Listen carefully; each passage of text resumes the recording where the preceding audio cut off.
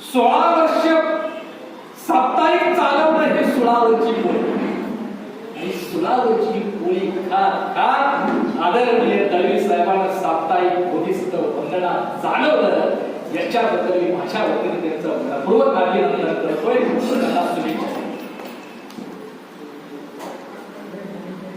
आणि याच्या पुढे आंबेडकर चळवळीच्या बाबासाहेबांच्या पत्रकारांच्या नंतर आंबेडकर बाबासाहेबांच्या नंतर महाराष्ट्रामध्ये देशामध्ये नवा परिवर्तनवादी पत्रकारितेचा इतिहास लिहिला जाईल तेव्हा दळवी सरांच्या साप्ताहिक बोधिसत्व वंदनाचा इथं उल्लेख झाल्याशिवाय राहणार नाही.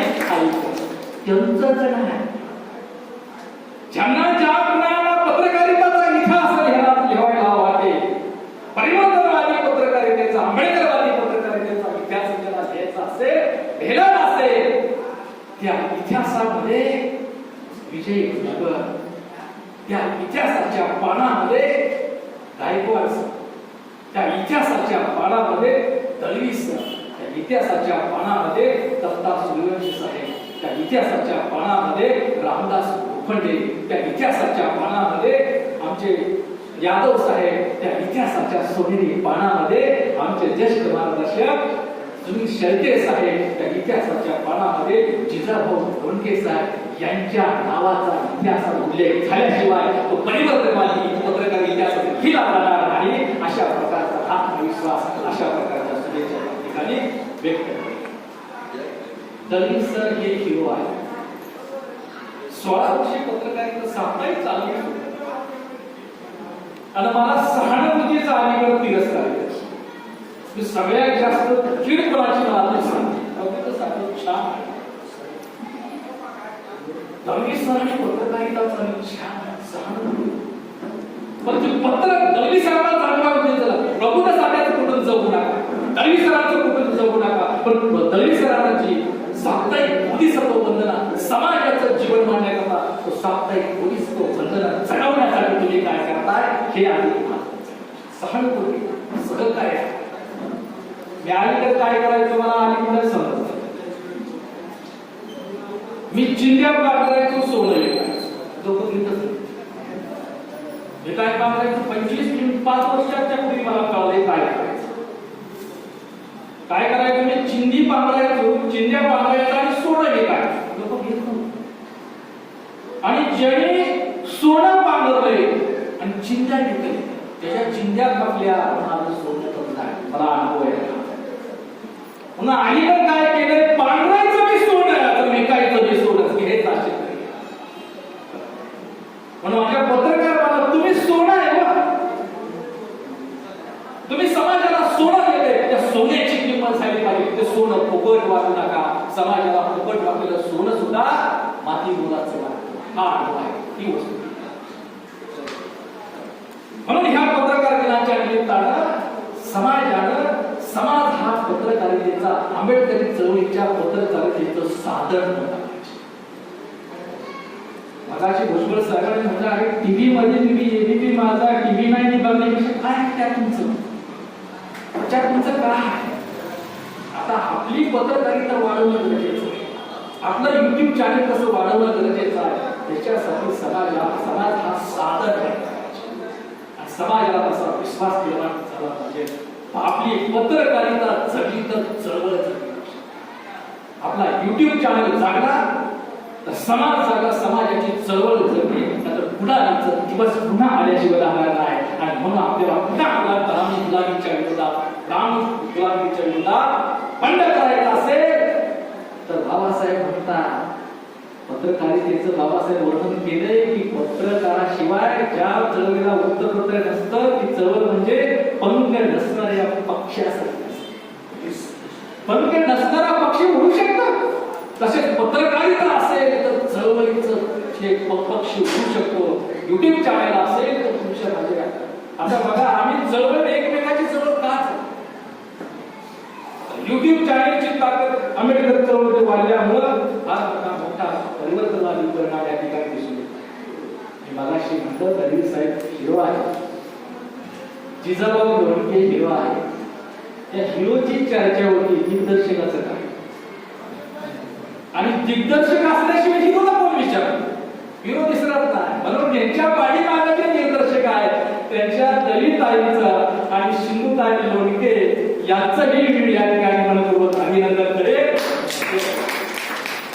या ठिकाणी गाणं सादर करून जे पुन्हा आपल्या भाषणातून एक छोट्याशा गोवाळताईंचं सुद्धा या ठिकाणी अभिनंदन करेन.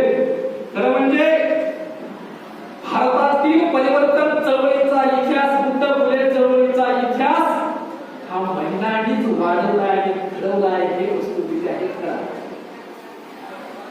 बाबासाहेब आंबेडकर विदेशातून शिकून आल्यानंतर माणसाने आपला सत्कार त्यांचा गर्दी केली, त्याला पाहण्याकरता त्यांच्या सत्कारासाठी गर्दी केली आणि बाबासाहेबांना खूप दिवसातून पाहण्याची आतुरता लागून राहिली.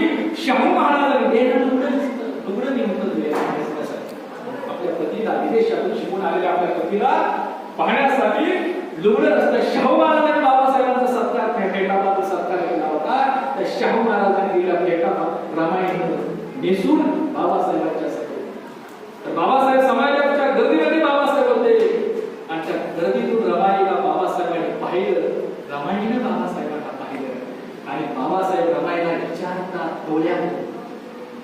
डोळ्याच्या भाषेने विचारतो, सांग रमाई मी काय, मी जे शिकून आलो या समाजासाठी करू का तुझा संसार चालू, सांग रमाई काय. अशा विचारले तोंडाने नाही, डोळ्याच्या भाषेने विचारले आणि डोळ्याची भाषा डोळ्याची भाषा रमाईने ओळखली.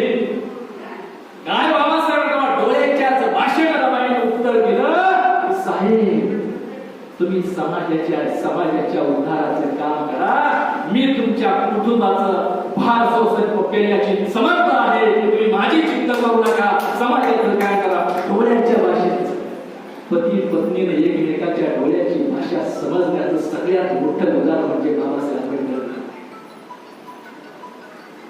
या ज्या माता यशोमती असतील, यशोदा असतील, जिजाऊ असतील, रमाई असतील, भीमाई असेल, सावित्रीबाई फुले असतील, या परिवर्तनवादी या आहेत ज्या वाटेने गेल्या, जिजाऊच्या वाटेने गेली, रमाईच्या वाटेने गेली, सावित्री माईच्या वाटेने गेली, त्या वाटेवरची माती कपाळाला लावून तुम्ही दळवी सरांना जिजाऊ लोणकेला साथ दिली. खऱ्या अर्थानं हे सौभाग्याचं लेणं हे निश्चितपणे क्रांतीची गीत गायल्याशिवाय राहणार नाही. अशा प्रकारचे मला या ठिकाणी आणखी एक सांगायचं, 25 वर्ष पत्रकारांची किती ताकद असते. आता आंबेडकरी चळवळीला युट्यूब चॅनलची किती गरज आहे. 25 वर्ष काम करतो मी, महाराष्ट्रात पूर्ण पोहोचलो नव्हतो. लॉकडाऊन पडलं, नुकसान झालं. थायलंडच्या 1 मे 2020 रोजी थायलंडच्या जागतिक बौद्ध परिषदेमध्ये महाराष्ट्रातून बोलण्याची संधी मला होती. नुकसान झालं, लॉकडाऊनच्या काळामध्ये वैयक्तिक नुकसान झालं, आर्थिक नुकसान झालं, पण चळवळीचा फायदा झाला. 25 वर्षामध्ये मी महाराष्ट्रामध्ये पोहोचलो नव्हतो. लॉकडाऊनच्या काळामध्ये युट्यूब चॅनल मध्ये माझी भाषण ऐकून आणि मुलाखत बघून संपूर्ण महाराष्ट्रात पोहोचलो. त्याचं मी उत्तम उदाहरण सांगेल की युट्यूब चॅनल, जागृती न्यूज चॅनल, विजय भुजबळ साहेबांनी ज्या माझ्या मुलाखती घेतल्या, सम्यक न्यूज, यादव साहेबांच्या माझ्या धर्मांतराच्या संदर्भात मुलाखती, अण्णाभाऊ साठेंच्या जयंतीच्या संदर्भात मुलाखती घेतली. ज्या मुलाखती माझ्या त्यांनी घेतल्या त्या प्रसिद्ध झाल्या आणि लॉकडाऊनच्या काळामध्ये घरी बसलेल्या लोकांनी आळे केल्या आणि मला महाराष्ट्रामध्ये जे आज पोहोचलो मी, त्याचं सगळ्यात मोठं श्रेय यादव सरांना आणि विजय भुजबळ सरांना. 26 नोव्हेंबर उस्मानाबादला 250 मारताना बौद्ध स्वीकारला. त्या तानाजी गायकवाडाचे मान्यवर. 23 जानेवारी कालच वर्ध्यामध्ये 7,000 कोटी सावरकर साहेबांशी बोलले. शेकडो मातंगडी बौद्ध धर्म स्वीकारला 23 जानेवारी. आता औरंगाबादला परिषद धम्मक्रांतीची चक्र आता पुन्हा असायचं ठेवण्यासाठी प्रभूसाठी जीवाचं राहिलं. 2024 आणि आणि मग त्या तानाजी गायकवाडला मी माहित नव्हतं. वर्ध्याच्या पाटील अण्णाबाई आपले बौद्ध समाजाचे, तिथे आमटे मातर समाजाचे आहे. या दोघांना मी माहित नव्हतो की आमटे आणि पाटलांना, वर्ध्याच्या लोकांना आणि उस्मानाबादच्या लोकांना माहित कोणी करून दिलं तर जागृती न्यूज आहे. म्हणून खऱ्या अर्थानं आज जी माझं चला आपल्या बुद्धाच्या घरी अभियानाचं संपूर्ण महाराष्ट्रात जाळ निर्माण करत आहे, हे माझं जर योगदान आहे तर मला लोकांपर्यंत पोहोचवण्याचं काम हे सम्यक न्यूज यादव आणि भुजबळ साहेबांच्या जागृती न्यूजने केलं. ही पत्रकारितेची सगळ्यात मोठी ताकद आहे. हे पत्रकार दिनाच्या निमित्तानं सांगताना मला आनंद होतोय, गर्व वाटतो.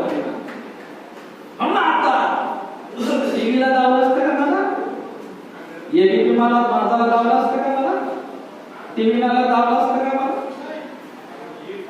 निखिल वागळे ज्यावेळेला होते लोकमत न्यूजला, त्यावेळेला मला फोन केला तरी की तुम्ही या समाजामध्ये एका खात्यात. ठीक आहे की आम्ही तुम्ही जी भारतीय संविधानाच्या समीक्षावर चर्चा करताय ते याच्यावरती विद्यापीठातील कोण नाव माहित नाही त्याचं, त्यांना घेताय. मला काय मी सांगतोय आणि बोलणार मी तुमचे, विरोध करणार मी तुमचेच. या हिंमत असेल तर प्रबुद्ध सगळ्या चर्चेमध्ये घ्या. नाही त्याला माहित नाही फाळका होणार, चिरपाड होणार.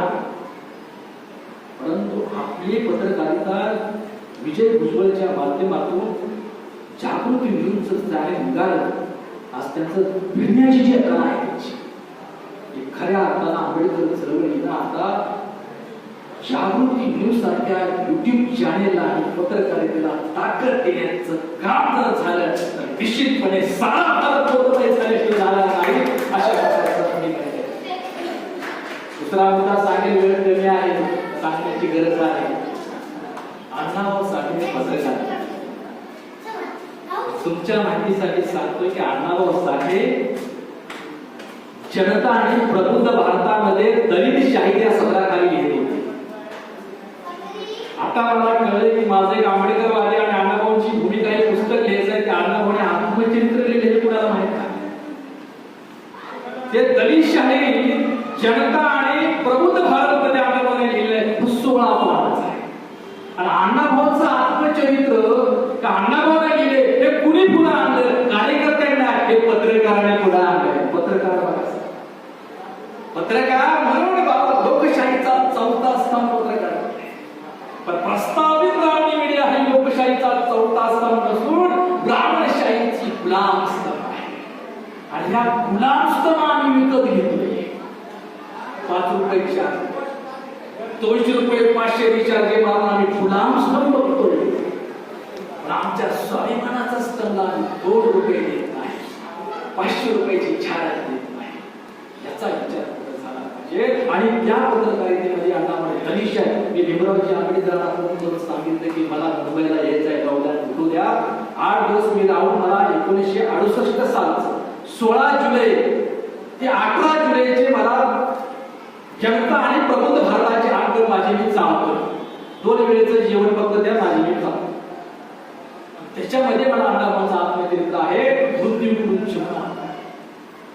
अण्णाभाऊ साठे म्हणतात की कम्युनिस्ट चळवळीमध्ये माझी गेलेली हयात हा माझा मृत्यू आहे आणि मला कळलेला आंबेडकरवादी माझं जीवन आहे. ते आत्मचरित्र जर पाहिलं मला निश्चितपणे फार मोठं परिवर्तनाची क्रांतीची लाट या ठिकाणी निर्माण झाल्याशिवाय राहणार नाही.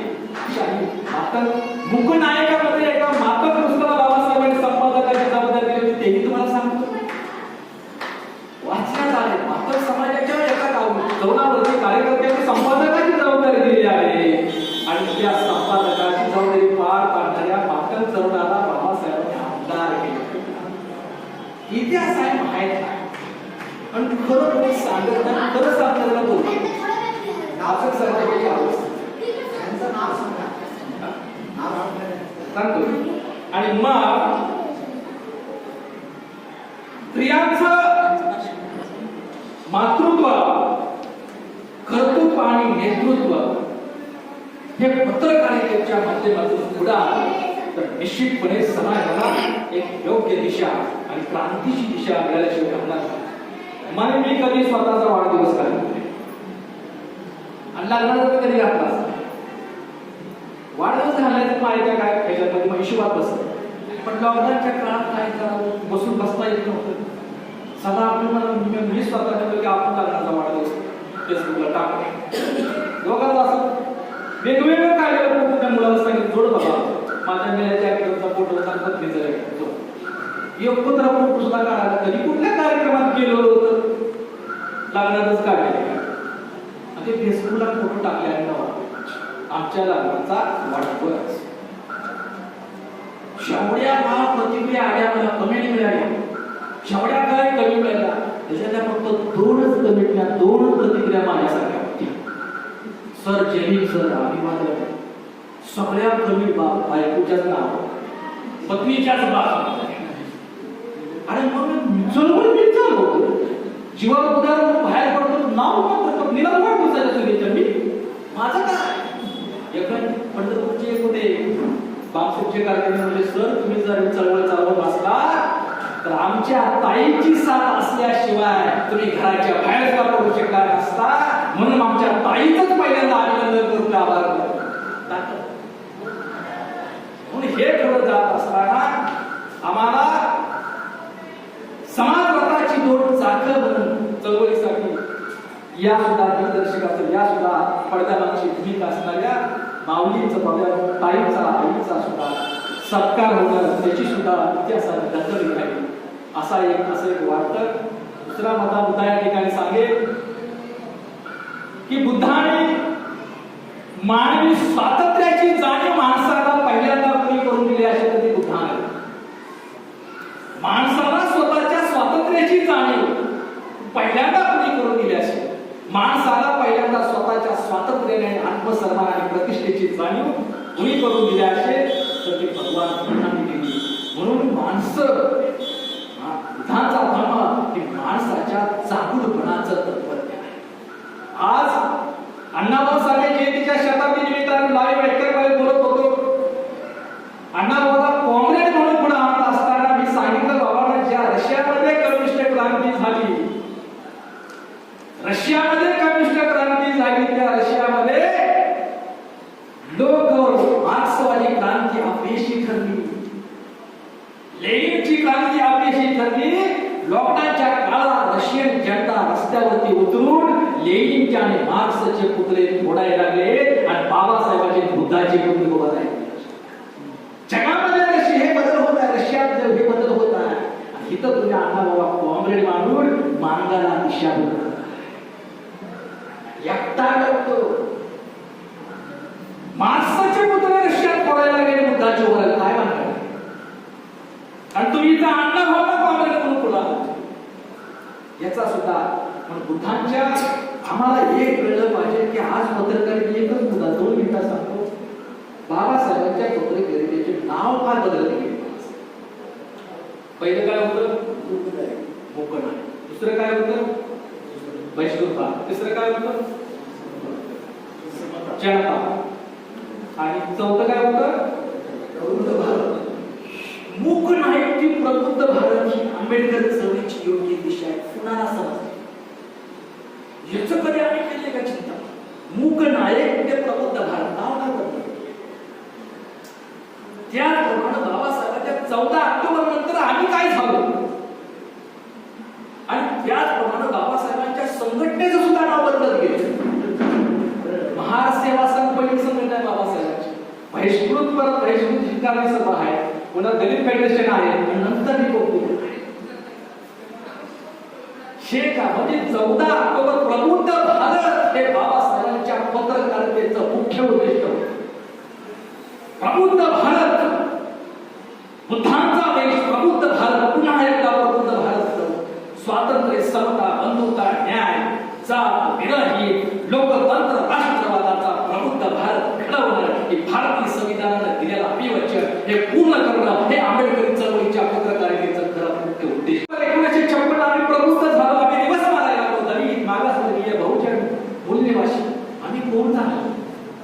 अहो स्वतःला ओळखणं याच्यासारखा शहाणपण जगाच्या पाठीवर दुसरा असू शकत नाही. म्हणून बुद्ध म्हणतात आत्मविश्वास. स्वतःला ओळखायचं. माणसाने किती प्रगती केली तर माणसानं स्वतःला माणूस म्हणून विकसित केले नाही. विकसित न करता माणसानं किती भक्ती प्रगती केली असं जर तो म्हणत असेल की त्याची आत्महत्या आहे, आत्मघात आहे. म्हणून माणसानं स्वतःला माणूस म्हणून विकसित करणं हे बुद्धाच्या धम्माचं मुख्य प्रयोजन आहे. हे आहे. दुसरं मी सांगेल की दळवी साहेब डोंके साहेब एका गावड्याचा तुम्ही पत्रकार आहे. विलक्षण क्रांतीचा हा योग आहे. जाहिरात एकाच आघाडीत एकाच वेळी अनेक आघाडी सांभाळतात. ते जाहिरातीचे प्रमुख तेच आहे, पत्रकारितेचा तेच करतात.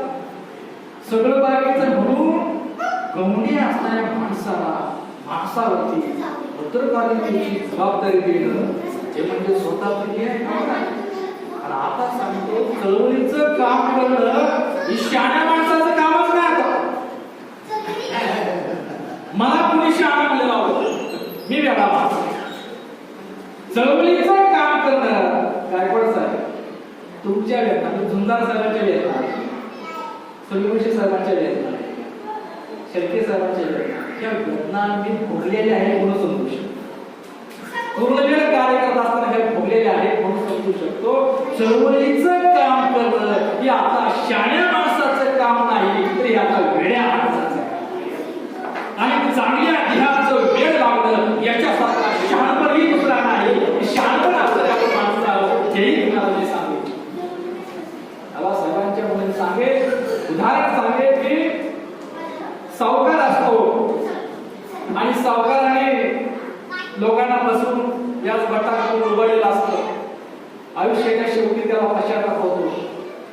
याची लिहिलेलं असतं सगळं करून टाकतो आणि आपल्या पत्नीला म्हणतो हा जो मी घोडा आहे, घोडा हा मी वारल्यानंतर मी गेल्यानंतर हा घोडा विकून जेवढं पैसे येतील ते पुजारीला मंदिराला दाखवतो.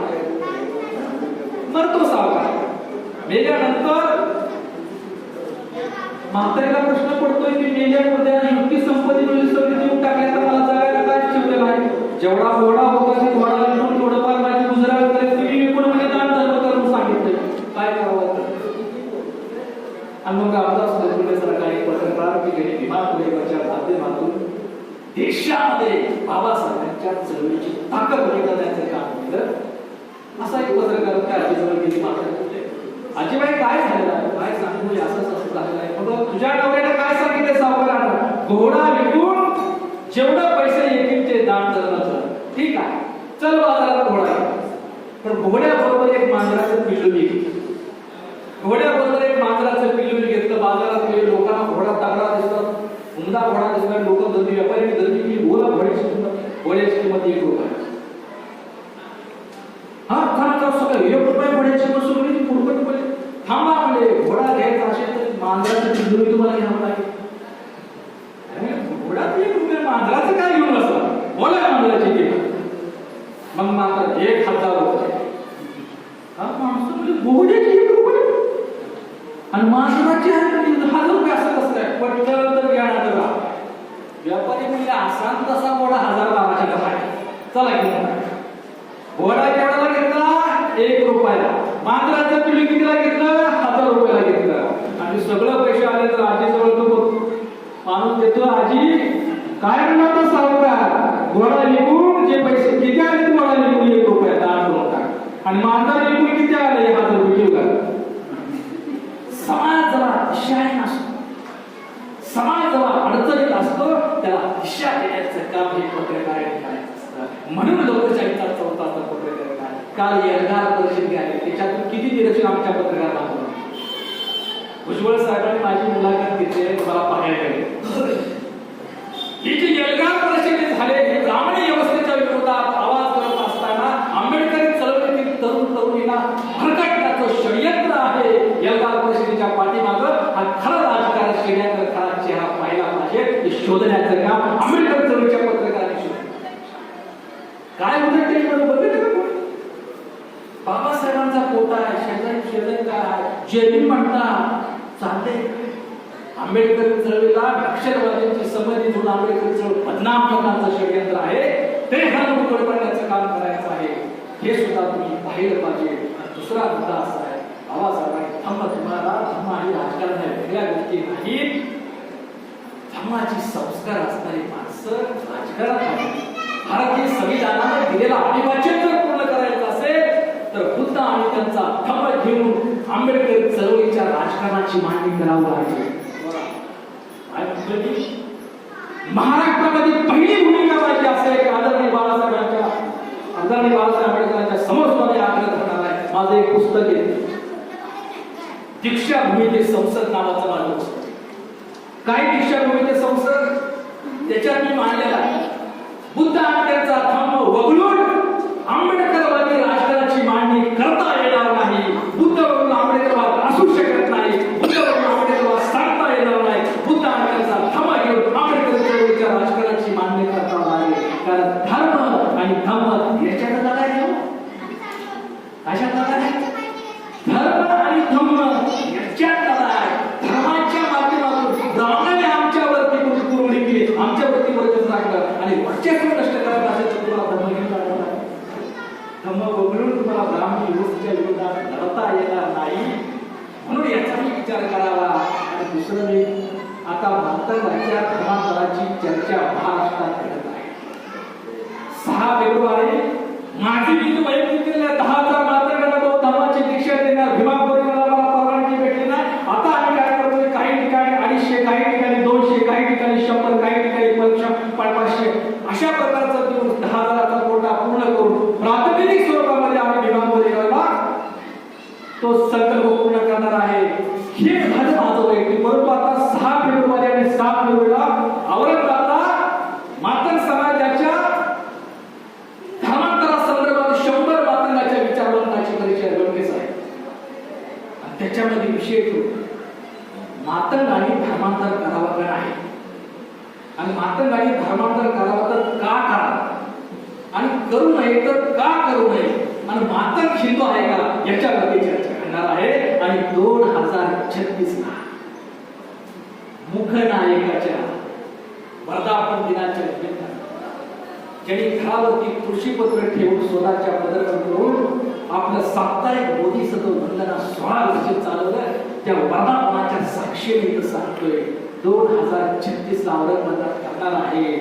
10 लाख मातंग समाजाचं बौद्ध धर्माचं धर्मांतर होणार आहे. धम्मदीक्षेचा सोहळा होणार आहे. औरंगाबादला 6 आणि 7 तारखेला घोषित होणार आहे. आणि भारताच्या इतिहासामध्ये सगळ्यात मोठे भारताच्या ज्या मातंग बांधवांना आंबेडकर चळवळ समजली नाही असा आरोप होतो त्याच मांडवाला घेऊन भारताच्या इतिहासामध्ये सगळ्यात मोठी धम्मक्रांती आम्ही केल्याशिवाय राहणार नाही. त्याच्या आईला आणि चर्चा करण्यासाठी 6 आणि 7 फेब्रुवारीला औरंगाबादला मीटिंग आहे.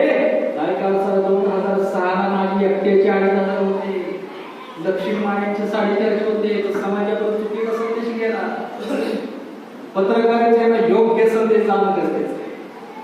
मागाची चर्चा सम्राटात झाली असती भारत रावले व महाराष्ट्र बौद्ध झाल्याशिवाय नाही असता.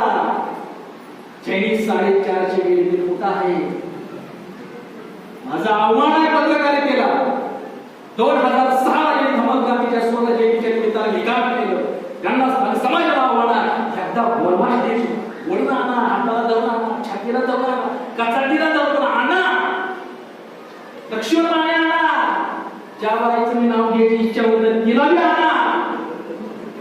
कळलं असेल मला काय सगळे आणा, चुकमा कांबळे आणा, मला आणा. ते पण असं नसवा आणि आम्हाला बोलू देऊ नका. समाजाला बोलायचं. रामदास लोखंडेंनी उठायचं प्रबुद्ध साठ्यात धम्मक्रांतीचं पुढे काय मानले विचार चिकित्सा झाली पाहिजे आणि चिकित्सा करताना आपली प्रबुद्ध साठ्यांच्या पासून सुरुवात करा. पहिली चिकित्सा माझ्यापासून सुरुवात करा. आपण काल एल्गार रचित झाली पाहिजे. तिन्ही पद्धतीने चिकित्सा करत नाही. जैन म्हणलं बच्चा कळतात बोलून कवदे तर एखादा मराठाला मातंगाला मातंगाला तर नुसतं जैन तरी म्हणलं टाळ्याचा पाऊस. तिथं बाबासाहेब कुठे लावलाय जैन झाले तर तिथं काय चाललंय ते बघा. इथं विषय कुठला इथं वक्ते काय बोलतात चाललंय काय आंबेडकर चळवळ त्याच्यावर चर्चा का हे पहा ना. बाबासाहेबांनी तुम्हाला टिळणी पद्धत बनवलंय. टिळणी करा, बोलून जाऊ नका आणि तुम्ही माझे मार्गदर्शक. 14 ऑक्टोबर 1956 ला ज्यांनी धम्म स्वीकारला ते मार्गदर्शक आहे. मी जी ह्या टेकवर बोलतो आहे ते प्रबुद्ध साठे मातंगाला बौद्ध धर्माच्या दिशेने आणायला लागले, त्याला प्रोत्साहन म्हणून बोलतोय, याचं सम्यक भान मला असलं पाहिजे. आणि मूक नायकाच्या निमित्तानं बाबासाहेबांनी मूक नाईक नाव काय दिलं, नाव तर बघा काय. पत्रकारितेची सुरुवात करताना बाबासाहेबांनी पेपरला नाव काय दिलं, मूक नाईक. म्हणजे तुझ्या घरट्याची पाकर, तुझ्या घरट्याची पाकर गेल्या आबाई उडाली, माणुसकीची गाणी गाऊन आनंदाने नाचू लागले. कालचे मुके बोलू लागले, कालचे मुके बोलू लागले, अन्याय विरुद्ध लढू लागले. गुलामगिरीच्या दाशतीच्या वरती तुझ्या नावानं क्रांतीचं गीत गाऊ लागले. हे क्रांतीचं गीत गाण्याकरता स्थापन केलं आणि तिथून प्रबुद्ध भारत केलं. म्हणून आम्ही आता स्वतःला दलित मागासवर्गीय बहुजन मूलनिवासी म्हणता लोकशाहीची भारताची अक्कल आणि नेतृत्व असणारी माणसं आहे. आंबेडकरवादीच लोकशाहीचं नेतृत्व करू शकतात, आंबेडकरवादीच लोकशाहीचं नेतृत्व आणि मार्गदर्शन करू शकतात. अशा प्रकारची भूमिका पत्रकारितेला आपण मांडावी अशी अपेक्षा व्यक्त सांगतो. जय भीम, नमो बुद्धाय.